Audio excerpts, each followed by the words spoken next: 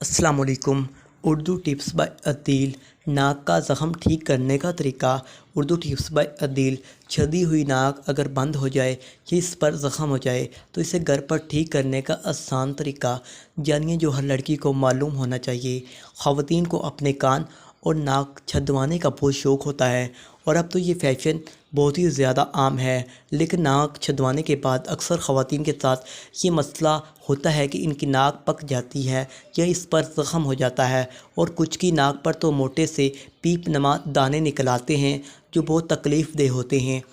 آج کی اس ویڈیو میں ہم آپ کو بتاتے ہیں کہ منفرد ٹپس اور آسان طریقہ بتاتے رہتے ہیں، بالکل اسی طرح آج ہم آپ خواتین کے ساتھ بھی شیئر کرنے والے ہیں وہ آسان اور خاص ٹپس جو لڑکیوں کی بڑی مشکل آسان کرنے جا رہی ہے۔ ٹپس: سونف میں ایک تنکا ہوتا ہے جو کھلی سونف میں عموماً پایا جاتا ہے، اس کو ناک میں ڈالیں، اس سے نہ صرف ناک کا زخم بھی ٹھیک ہوگا بلکہ تکلیف دہ دانے اور پیپ نما دانے سے بھی جان چھوٹ جائے گی۔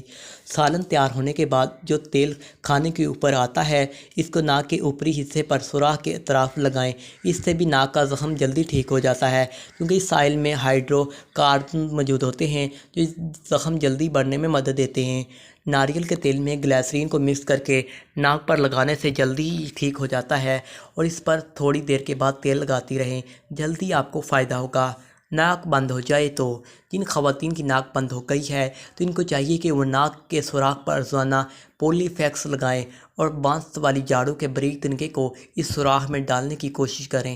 روزانہ تھوڑی تھوڑی دیر گھمائیں، اس سے سوراخ بھی کھل جائے گا اور پولی فیکس لگانے سے زخم نہیں ہوگا، لیکن اگر زخم ہو جائے تو اوپر بتائے گئے طریقوں کا استعمال کریں۔ امید کروں گا آپ کو یہ ویڈیو اچھی لگی ہوگی۔